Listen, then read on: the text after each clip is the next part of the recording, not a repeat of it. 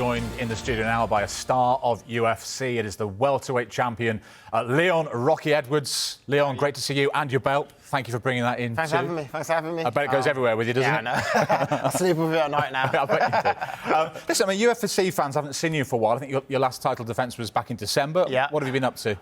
Just been training, spending time with the family. I was meant to fight in August, UFC 300 in Vegas, and that got pushed back now. And so I thought, okay, what's the next best option? Yeah. Headline, hometown show, Manchester. So yeah. I'm excited for it. How much does a fight take out of you? How grueling is it?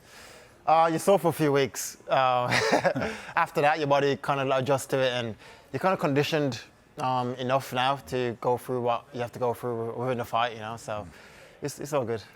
And you talk about what you have to go through in a fight. How much do you have to go through week to week? Tell us about the dedication it takes to train to become a UFC star. For me, my schedule is 2-3 times a day. I train, you know. For my Monday, for example, will be like a wrestling practice.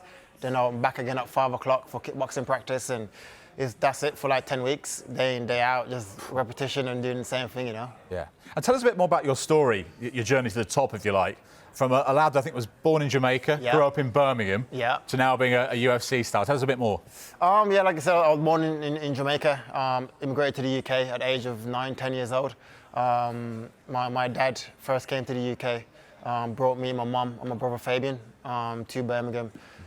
Sadly, after that, he passed away at age 13, and that's when I went down like a kind of bad path. My mum suggested me trying out mixed martial arts and UFC, and there was a gym getting built in my area, so I tried it out to make her happy, and I fell in love with the sport and used it then to like change my family's life and change my mom's life, and so now here we are, UFC World Champion. So really, the sport changed your life. 100%, 100%. I was, like I said, I was going a wrong path, and my little brother was kind of like following a similar path as me, and now he's fighting for world title soon in September, and now I'm a world champion, and so it's crazy now our sport changed our life, you know. How does it work? Do you train together? Yeah, 100%. Yeah? I think it's in that clip there. That's the I'm choking out. Brilliant. yeah. Oh, great. I think just having a brother hug there, no? Yeah, like I said, it's great to have like a brother I can share my experiences with and give advice as well, you know.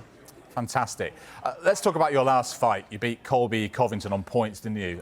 In the second defence of your belt. Yeah. When you look back on that performance now, how do you assess it? I don't think it was the performance I had in mind. I wanted to go out there and get the finish within the fight, and kind of went the distance, but now got to make it up again with Belal, and it's going to be good. Yeah, Belal Muhammed is your next fight. Tickets on sale, I know, for the fight in Manchester at the Co-op Arena, end of July, as you said. It is a rematch. Yeah. Why is he the right man to face again? The first fight ended in an eye poke. Incident happened in the fight. The fight had to get called off with, I think, the second round. I was winning the fight up to that point. Since then, he's went on to win a few more fights and kept his name within the title shot mention, and he's the guy that I've been talking, and now he's the guy that's going to fight in July. So you feel there's some unfinished business there? Yeah, 100%, 100%. Yeah. Especially the way he's talking. I feel like he spoke like he was winning the fight. So I feel like now we've got to go out there and prove to the world that I'm the best, you know. And in terms of what might happen this time round, and he's doing the talking. What do you want to say about what you're expecting to happen that night? Long as make sure he can back it up. You know, that's my focus is he has to be able to back up what he's been saying, and I'm going out there to get the finish and to be able to headline a hometown show, have my family there, my friends there, and just get motivation from that. I'm excited for it. I mean, it's in Manchester, but I read that the US TV audience means that it might not be until 5 in the morning when you actually start fighting. Yeah. How do you feel about that? I think my ring walk would be at 5 in the morning. Oh. Yeah. So at the start, I was a bit like, how would I adjust to it? But I've brought in a few specialists within the field of sleep, performance, and athletes, and they've advised me on how to do it. And now I feel more comfortable going into it, and I've got enough time now where I can kind of adjust my training camp to suit that time, you know, and I'll be fine. So how's that practically working for you at the moment, day to day, in terms of what, different times of sleeping, different times of training? So now, normally my evening sessions is at 6 p.m. So now my evening session will become my first session. I'll be training at probably 5 o'clock, and then again at 12 o'clock. And then slowly, within the 6-week period, is to move my body clock around to now sleep later and train later, basically, and slowly, but hour by hour each week, just keep moving it bit by bit. Right. Wow. Have you started doing that now then? Have you? No, I'll start 6 weeks out, so I'm now 7.5 weeks out, so I'll probably start in a few weeks and get to work. And I see that if all goes to plan at the end of July in that fight with Covington, next up could be a certain Conor McGregor. Yeah. Is that a fight you want?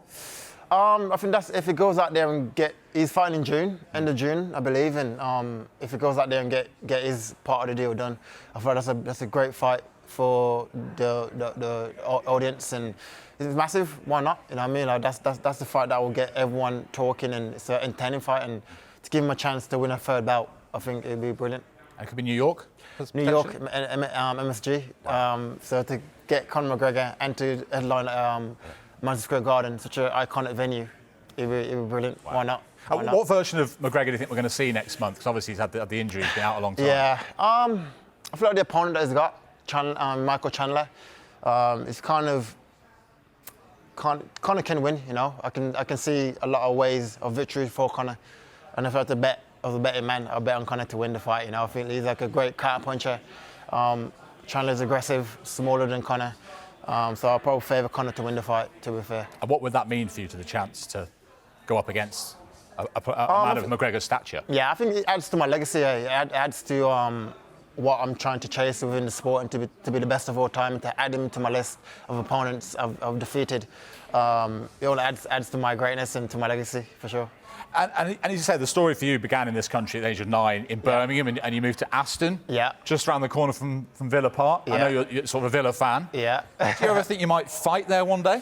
That's the dream. That's the dream. I think it'd be a great story to be immigrated from Jamaica to the UK, living in Aston, and then now going back as a grown man and headlining a stadium show within my my hometown, you know, and it's definitely a dream that I want to happen, and I'm in talks with the UFC to try somehow get it happen one day, you know. They talk about fighting in your own backyard, and literally it would have been your own backyard, actually, wouldn't it? Yeah, it would be amazing to get it done, and like I said, hopefully, I think the UK fans deserve it.